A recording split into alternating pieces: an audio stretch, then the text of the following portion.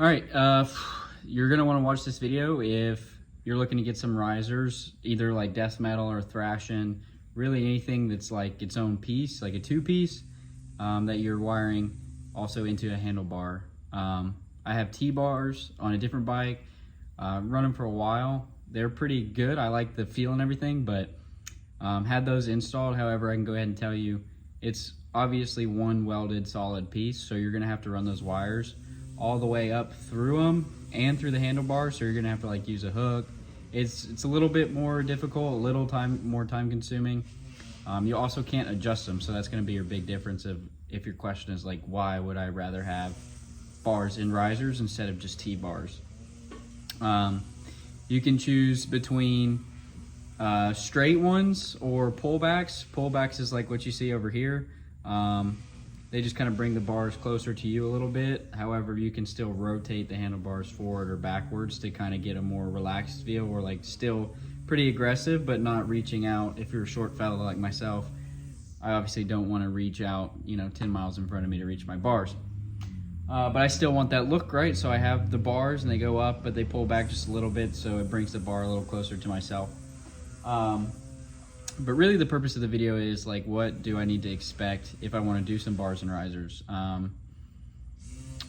Just like looking at it objectively, you would think, oh, well, I could probably just like take the hand controls off and then pull the wires out and run them through the bar and not have to cut anything.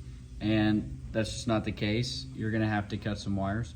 For the older ones, like a 98, I'm sure someone will be like, oh no, like here's a link. They're pretty easily accessible, but I didn't really find a wiring harness, nor did I want to spend the money, because it's kind of pointless if you just spend a little bit of time and use your brain. Honestly, you can connect some of these wires, so I'll show you what that looks like, what you need to expect.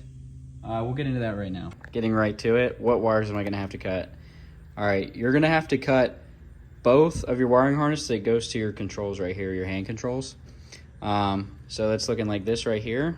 That's gonna be my right side, and then the left side is back here. It's the same deal, all right? So you're just gonna snip those enough to leave yourself enough room to where you can run it from the hand control down through your hole that's gonna be right here on pretty much any handlebar. This is all death metal, but whatever, it's kind of irrelevant. You're gonna cut that, run it down through here, through the middle, okay? Once you do that, you're gonna need to obviously use a clipper, and I'll show you which tools I'm using to strip these wires, and you're gonna use these little butt connectors right here.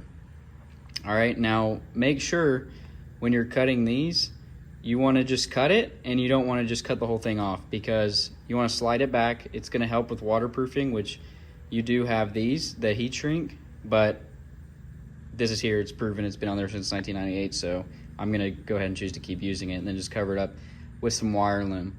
All right, so you're gonna cut that, and then I'm using 18 gauge wire, okay? That's gonna be what you're gonna connect them with, splice it with. You're gonna need probably about 8 inches of this. Using these butt connectors, you can see these here are already connected down to the bottom wiring harness. This is kind of what I'm talking about right here. You're gonna wanna cut probably about 12 pieces of these, but should be 6 each. And then you're gonna strip them, give yourself just enough and twist them really good so that you can fit them into the little connectors. If you need it broken down Barney style, that's fine. I need it with a lot of different things. So for you guys, it's gonna look like cutting your piece that you find is gonna fit. That's gonna determine based on where you cut that wiring harness, all right? So I took this piece to see how long I would need it to connect in the middle. You're just gonna hold it next to this, right? And you're gonna use this piece right here to strip it, and these to cut it. So I go here, I find the next piece that I need with the correct length, I snip it, and then I come over here with this, and I'm gonna strip it, okay?